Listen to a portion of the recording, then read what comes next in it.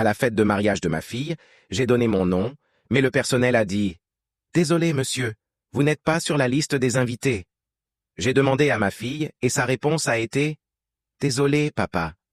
La fête est seulement pour mes personnes les plus proches. » Je suis parti calmement. Ce qui s'est passé ensuite a surpris tout le monde. J'ai toujours su que je pleurerais au mariage de ma fille, seulement je n'ai jamais imaginé que les larmes seraient de honte. Le matin de la cérémonie, je me suis tenu devant le miroir de ma chambre, luttant avec ma cravate. Cela faisait des années que je n'avais pas porté autre chose que des pantalons habillés et des polos, mon uniforme de comptable, et j'avais oublié comment faire ce maudit nœud. À la fin, j'ai abandonné et j'ai sorti la pince que je gardais dans le tiroir des chaussettes. Un compromis silencieux entre la fierté et la praticité. Le costume était rigide sur mes épaules, comme si je portais la vie de quelqu'un d'autre, mais j'ai pensé que tout en vaudrait la peine dès que je la verrais marcher dans l'allée. Sienna, ma petite fille. Elle me tenait la main avec ses deux petites mains chaque fois que nous traversions la rue. Elle s'endormait sur ma poitrine pendant les soirées cinéma. Je me suis rappelé comment elle dessinait ces images tordues de notre maison avec nous deux dedans, seulement elle et moi, sans maman. Seulement papa en crayon bleu et elle en rose. Nous avons été une équipe si longtemps que j'ai honnêtement pensé que rien ne pourrait briser cela. Elle avait 5 ans quand sa mère est partie. Je ne vais pas prétendre que je ne l'ai pas vue venir. Beth regardait toujours par les fenêtres, en parlant des endroits où elle aurait pu aller, de la vie qu'elle aurait pu vivre. Quand elle a fait ses valises, elle n'a même pas essayé de cacher son soulagement. Mais moi, je suis resté. Je suis resté. Parce que je ne pouvais pas imaginer laisser Sienna, même une seconde. Chaque décision que j'ai prise après cela, chaque nuit tard au bureau, chaque vacances sautées, chaque anniversaire silencieux, à manger de la nourriture à emporter seule, c'était pour elle et maintenant c'était son grand jour. La cérémonie était magnifique. Chaise blanche, pétales lilas dans l'allée, un quatuor à cordes, jouant quelque chose que je ne reconnaissais pas, mais qui sonnait élégant. On ne m'a pas demandé de la conduire au bras. Cet honneur est revenu à son futur beau-père. Ça m'a un peu fait mal, mais je me suis dit que c'était bien. C'était son jour, pas le mien. Je me suis assis tranquillement au 2e rang. J'ai souri quand il le fallait. J'ai même ri pendant les vœux d'Ethan, bien que je les ai trouvés curieusement génériques. Le problème a commencé après la cérémonie. Les invités ont été dirigés vers des bus qui nous emmèneraient au lieu de la réception, une propriété privée en dehors de la ville. J'ai suivi la foule en supposant que mon nom serait sur la liste des invités. Bien sûr qu'il le serait. J'étais son père.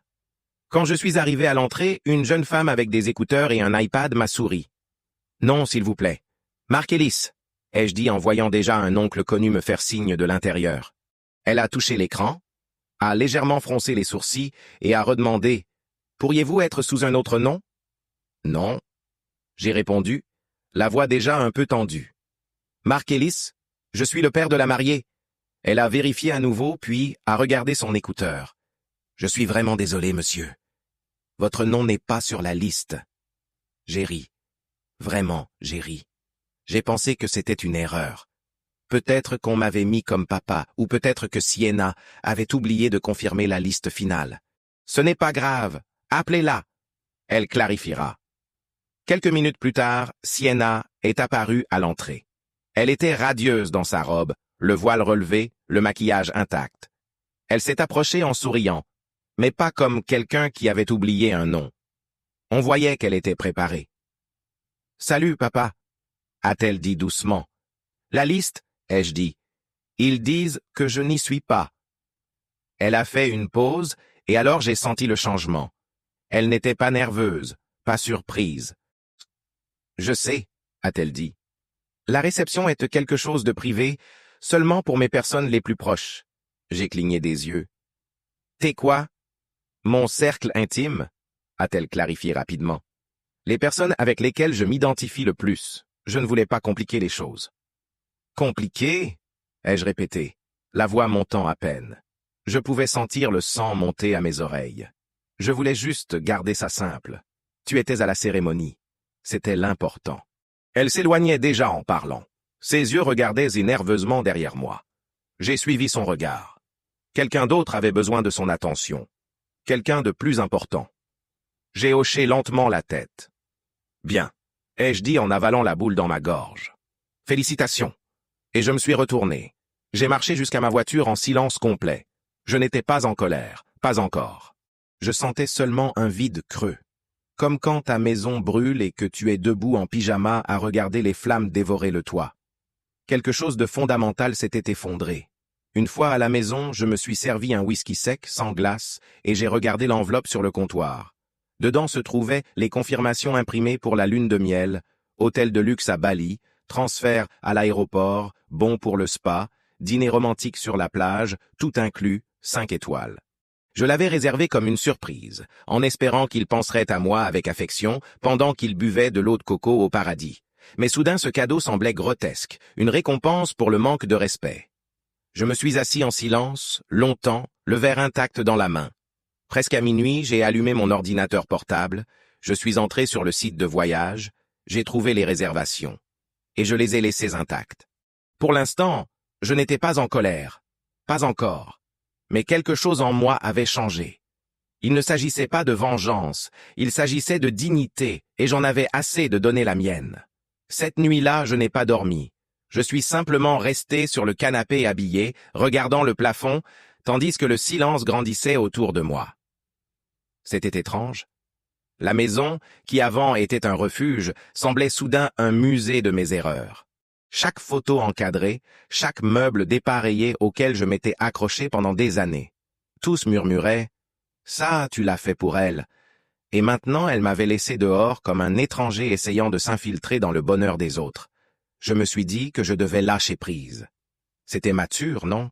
Aller de l'avant, blâmer le stress du mariage ou quelque étrange tendance milléniale de liste d'invités minimaliste. Mais plus je le répétais dans ma tête, son ton, son évasion, les lignes répétées, plus je comprenais que ce n'était pas une erreur, c'était un choix. Le lendemain matin, mon téléphone s'est allumé avec une photo publiée sur les réseaux sociaux.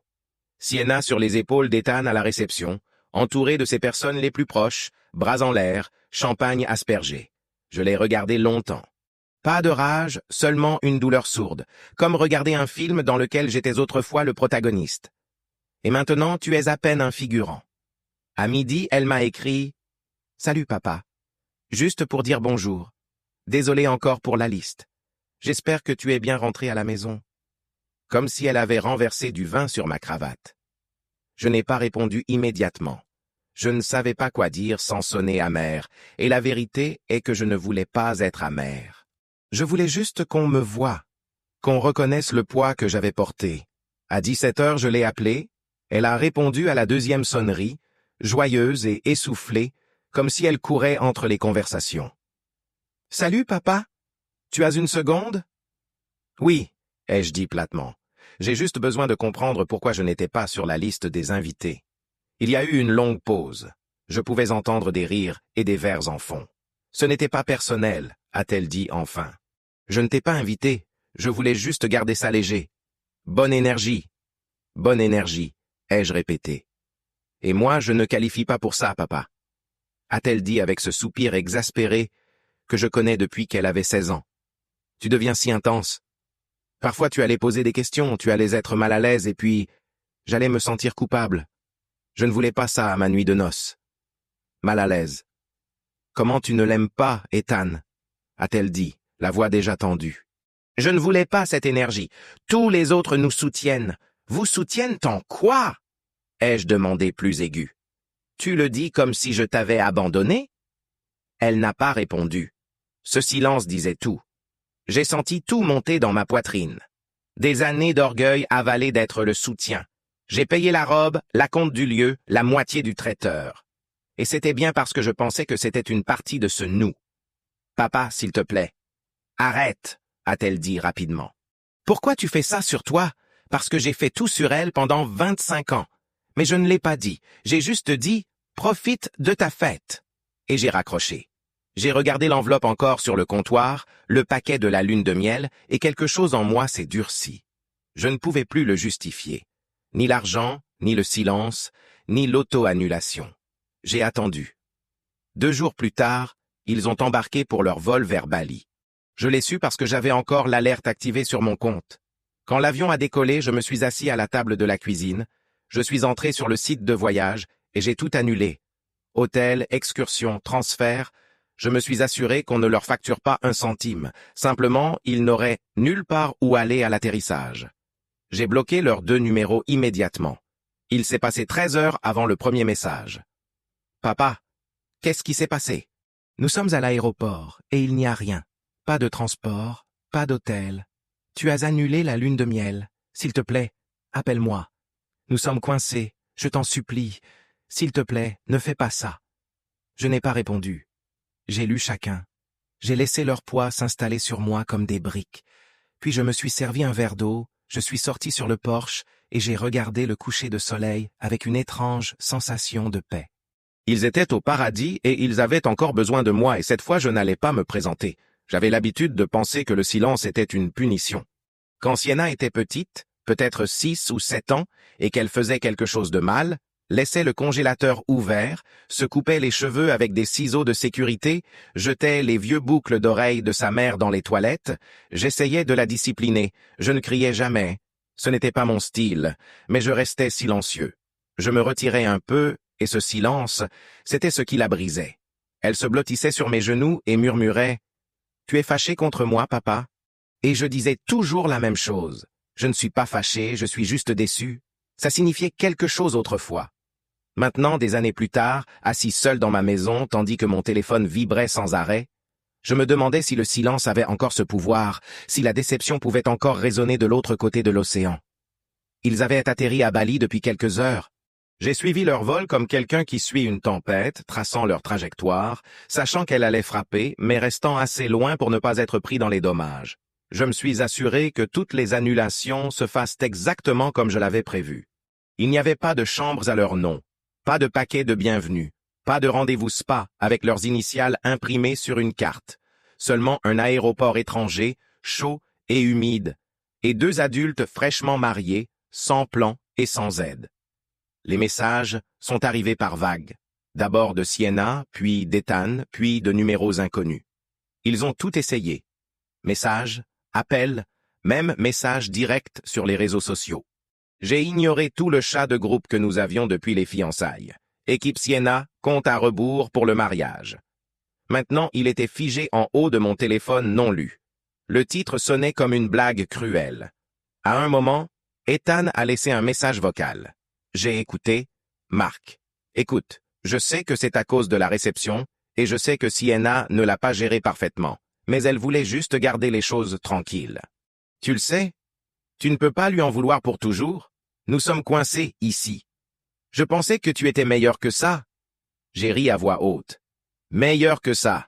J'ai payé la bague en silence en coulisses, parce que Sienna disait qu'Ethan économisait pour sa maîtrise et ne voulait pas s'engager. J'ai financé le dîner de fiançailles, les arrangements de la robe, les frais pour la famille de Beth. Je n'ai demandé aucun merci. Je voulais juste faire partie de tout. Pas la star, pas le centre, juste une partie.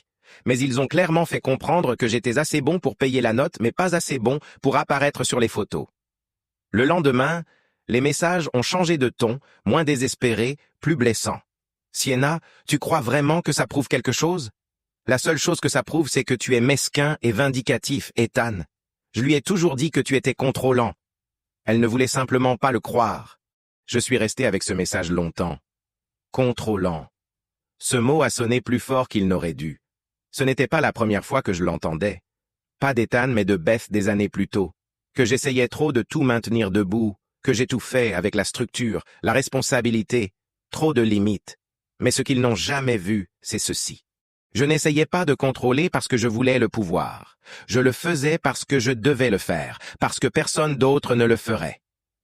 Après que Beth soit partie, je suis devenu le planificateur, le soignant, celui qui savait où était chaque pansement et chaque déclaration d'impôt.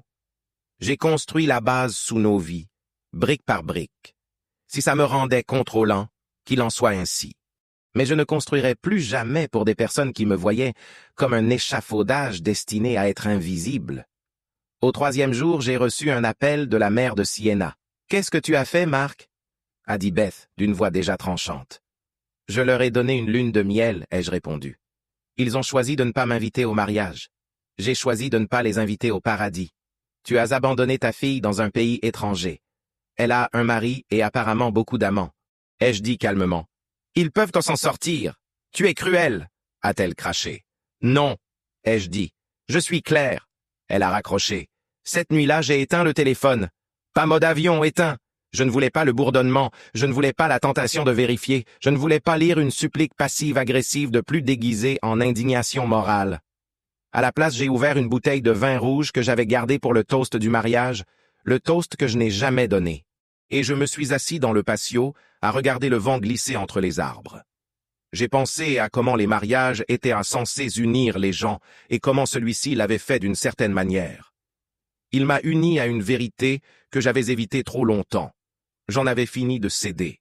J'avais tout fait bien en suivant les règles avec le cœur plein. Et quand même j'avais fini exclu de la fête. Ce n'était pas un échec, c'était de la clarté.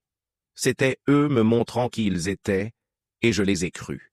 Il n'a pas fallu longtemps avant que les appels deviennent des conversations que je ne pouvais éviter. Les gens ont commencé à s'approcher, certains curieux, d'autres critiques, la plupart feignant de s'inquiéter tout en flairant le drame comme du sang dans l'eau. Vieux amis de la famille, collègues de travail, même des parents éloignés avec qui je n'avais pas parlé depuis des années, avaient soudain une raison de me contacter. « Salut Marc », a commencé un ami de l'université. « J'ai vu des choses sur Internet. Tout va bien avec Sienna ?» Mes réponses restaient brèves et calmes. « C'est compliqué. Nous y travaillons. » Bien que je sache que non, bien que je n'ai plus rien à travailler, j'avais arrêté de poursuivre l'illusion que l'amour signifiait tolérance à n'importe quel prix. Mais bien sûr, l'histoire qu'on entendait n'était pas la mienne. Sienna et Ethan sont rentrés de Bali plus tôt que prévu, sans surprise, et une fois rentrés, ils ont commencé à raconter leur version du conte. Sur les branches, sur les réseaux sociaux, dans des conversations discrètes qui feignaient d'être sincères, ils ont raconté comment je les avais humiliés, comment j'avais utilisé l'argent comme arme, comment j'avais toujours été émotionnellement distant, mais contrôlant, une générosité performative qui cachait des problèmes plus profonds. La phrase m'est parvenue par une ancienne collègue de Beth qui n'a pas pu résister à partager le ragot. Générosité performative. J'ai répété les mots amers dans ma bouche comme du vin tourné. Je voulais crier, sortir chaque email, chaque reçu, chaque message qui prouvait le contraire, les heures de cours de danse que j'avais payées, le chèque de frais de scolarité de dernière minute quand Sienna a changé de carrière et perdu sa bourse, les factures du vétérinaire pour le chien qu'elle avait supplié d'avoir et qu'elle avait ensuite abandonné. Mais je ne l'ai pas fait parce qu'au fond, je savais que la vérité n'importait pas à tout le monde, seulement à moi. Et ça devait suffire maintenant. Pourtant, il y a eu des moments qui m'ont profondément touché. Un après-midi, je suis tombé sur le père d'Ethan, Daniel, au supermarché. Nous nous sommes salués avec raideur, essayant d'éviter la conversation, mais nous avons fini à la même caisse, coincés. Il s'est penché et a dit « J'ai entendu ce que tu as fait. » Je n'ai pas répondu. « C'était ta fille, » a-t-il continué. « On ne tourne pas le dos à la famille comme ça. » Je me suis tourné pour le regarder. Tu veux dire comme elle m'a tourné le dos? Il a ouvert la bouche, mais l'a refermée. J'ai hoché la tête et j'ai reporté mon regard sur le tapis roulant, voyant passer des boîtes de soupe et des paquets de céréales comme si de rien n'était. Mais mon pouls ne s'est calmé qu'une fois de retour dans la voiture. Même Beth a lancé ses attaques. Elle a laissé un message vocal furieux, tranchant, chargé de ce vieux ton de rectitude morale qu'elle portait comme un parfum. Tu donnes un très mauvais exemple. Tu lui as appris que l'amour est conditionnel. Quelle honte! Conditionnel! J'ai presque ri. Bien sûr que l'amour était conditionnel. Tout ce qui est sain dans la vie l'est. Seules les relations les plus toxiques insistent sur le contraire. Tu ne peux pas exclure quelqu'un d'un moment important et encore espérer qu'il finance ta fantaisie. Pourtant, ces mots me hantaient dans les heures silencieuses, surtout la nuit. C'est là que le doute s'infiltrait. J'exagérais. J'aurais dû supporter d'être l'adulte, le plus mature. Mais chaque fois que je repassais tout dans ma tête, j'arrivais au même endroit. Non, il ne s'agissait pas de la réception, il s'agissait de la ligne qui avait finalement été franchie, et pour une fois je n'allais pas effacer cette ligne pour maintenir la paix. Une semaine plus tard est arrivée une lettre par courrier, pas un email, une vraie lettre. Elle était écrite de l'écriture de Sienna, ordonnée et familière. Dedans, il y avait une note d'une seule page. Ce n'était pas une excuse, pas une supplique, seulement sa version des choses. Une tentative d'expliquer comment elle s'était sentie pressée par mes attentes, comment elle avait commencé à ressentir du ressentiment pour mon aide parce que ça la faisait se sentir petite, comment elle ne savait pas dire non sans me blesser, alors elle n'avait rien dit du tout. Puis cette ligne, j'espère que tu pourras comprendre que parfois, l'amour ressemble à autre chose de ce que tu crois qu'il devrait être. J'ai lu cette phrase 3 fois. Puis j'ai plié la lettre et je l'ai rangée dans un tiroir. Pas parce que je voulais la relire, mais parce que j'avais besoin de preuves. Preuves que je n'étais pas fou, que je ne l'avais pas imaginé. Elle avait réécrit l'histoire dans sa tête, pas pour me faire mal, mais pour protéger sa version d'elle-même. Et ça, d'une certaine manière, je le comprenais, mais je n'allais plus vivre dans la fiction de quelqu'un d'autre. Ce week-end-là, j'ai nettoyé le garage, jeté la moitié des choses que j'avais gardées pour elle depuis l'université. Livres vieux, vêtements démodés, meubles de chambre. Ce n'était pas une crise, c'était une déclaration silencieuse. J'avais le droit de réoccuper de l'espace dans ma propre vie. Ce qu'il y a de curieux avec un mensonge, c'est à quel point il prend racine rapidement. Il n'a pas besoin d'être scandaleux, juste assez crédible, assez proche de la vérité pour utiliser sa peau. Ça, je l'ai compris le jour où j'ai entendu quelqu'un dans la salle de pause du bureau dire « Tu sais, j'ai entendu que Marc a arrêté de parler à sa fille à cause d'une invitation à une fête. » Pas un mot sur le mariage, pas une mention des années, seulement une invitation à une fête. Ils l'ont raconté comme si j'avais jeté ma seule fille pour un RSVP perdu. Je n'ai rien dit, j'ai juste servi mon café, et je suis parti. Mais je l'ai senti se serrer en moi, ce nœud entre les côtes, honte et fureur se tordant comme 2 serpents. Je savais que Sienna souffrait. Je savais qu'Ethan l'aidait probablement à expliquer tout comme une stratégie de relations publiques, mais je ne m'attendais pas à ce que ça aille si loin, si vite. Et pourtant, j'ai gardé le silence jusqu'à ce que je reçoive un message de ma nièce Émilie. Elle était jeune, tout juste sortie de l'université, mais aiguë, honnête et farouchement loyale. Elle m'a écrit. « Tonton Marc, je peux te demander quelque chose? Sienna dit que tu as annulé sa lune de miel parce que tu détestes Ethan. C'est vrai? » Je suis resté un moment avec les doigts flottant sur le clavier, puis je l'ai appelé. « Salut M, » ai-je dit en essayant de garder la voix neutre. « Non, ce n'est pas vrai. J'ai annulé la lune de miel parce que je n'ai pas été invité à la réception. Ma propre fille m'a dit en face que c'était seulement pour ses proches. » Il y a eu une pause. Elle a dit ça littéralement? A demandé Émilie. Silence. Puis elle a soupiré. Jésus. C'est pas comme ça qu'elle le raconte. Bien sûr que non, ai-je dit avec un tranchant qui pointait dans ma voix. Parce que raconter la vérité impliquerait d'admettre qu'elle ne voulait pas de son père présent le jour le plus important de sa vie. Et ça ne fait pas bien sur Instagram. Cette nuit-là, je me suis assis et j'ai fait quelque chose que je n'avais pas fait depuis l'université. J'ai écrit une lettre. Pas un message, pas un email, une vraie lettre, une que j'imprimerais, signerais et enverrais dans une enveloppe, une qui ne pourrait pas être capturée à l'écran ni sortie de son contexte. Ça m'a pris 3 brouillons. La version finale commençait simplement « Sienna ». J'ai attendu pour parler jusqu'à pouvoir le faire sans rage. Je n'écris pas pour t'accuser, seulement pour répondre à toutes les questions que tu n'as pas eu le courage de me poser directement. Oui, j'ai annulé ta lune de miel. Oui, j'ai attendu que tu atterrisses pour le faire. Et non, ce n'était pas par vengeance, c'était par clarté. J'ai écrit ligne par ligne, laissant tout clair. Pas seulement ce qui s'était passé, mais pourquoi. Comment sa décision de m'exclure était plus qu'une maladresse sociale, c'était une trahison du lien que je croyais que nous avions. Comment j'avais été un donneur silencieux trop longtemps, confondant sacrifice et amour, comment chaque fois que je m'effaçais d'un moment et qu'on prenait encore de moi, ça m'enseignait combien je signifiais peu dans sa version de notre histoire. Et enfin, tu peux aimer quelqu'un et quand même le blesser. Je le sais parce que je l'ai vécu. Mais aimer quelqu'un ne signifie pas que tu me dois le silence en échange. Je t'aimerai toujours, Sienna, mais je ne serai plus invisible. Je l'ai signé, scellé, et je l'ai porté moi-même à la boîte aux lettres. Je n'attendais pas de réponse, et il n'y en a pas eu.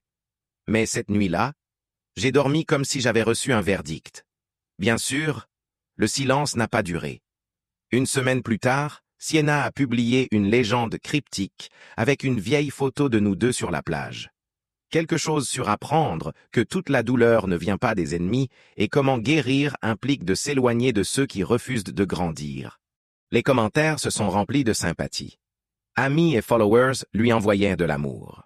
Ils la disaient courageuse, supposant que j'étais le méchant dans l'ombre. J'ai regardé cette photo. Je me suis rappelé ce jour. Nous mangions des sandwichs au beurre de cacahuètes sur le sable. Elle avait 8 ans. Elle m'a embrassé sur la joue et m'a dit que j'étais son adulte préféré au monde. Et maintenant j'étais un avertissement dans une présentation de diapositives soigneusement éditée. Le plus difficile n'était pas d'être mal compris. C'était de réaliser qu'elle croyait peut-être vraiment sa version, que son histoire de moi comme contrôlant, punitif et conditionnel était devenue sa vérité, et que rien de ce que je dirais ou ferais ne la changerait. Mais je n'écrivais plus pour elle, j'écrivais pour moi. Pour l'homme qui a passé des décennies à donner sans demander, à apparaître sans être invité, à se permettre d'être le fondement silencieux, cet homme en avait fini. Presque 3 mois s'étaient écoulés depuis le mariage, depuis la réception que j'ai vue depuis un parking, depuis le message vocal, depuis un salon d'aéroport de l'autre côté du monde, depuis la lettre que j'ai envoyée et qui n'a jamais été reconnue, depuis les publications publiques qui me peignaient comme le méchant dans l'arc de rédemption de quelqu'un d'autre. La vie n'est pas revenue exactement à la normale, elle s'est seulement reconfigurée.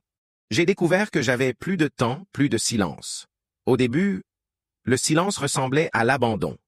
Avec le temps, il a commencé à ressembler à la paix.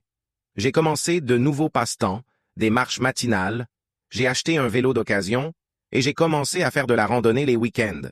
Je me suis même inscrit à un cours de cuisine au centre communautaire.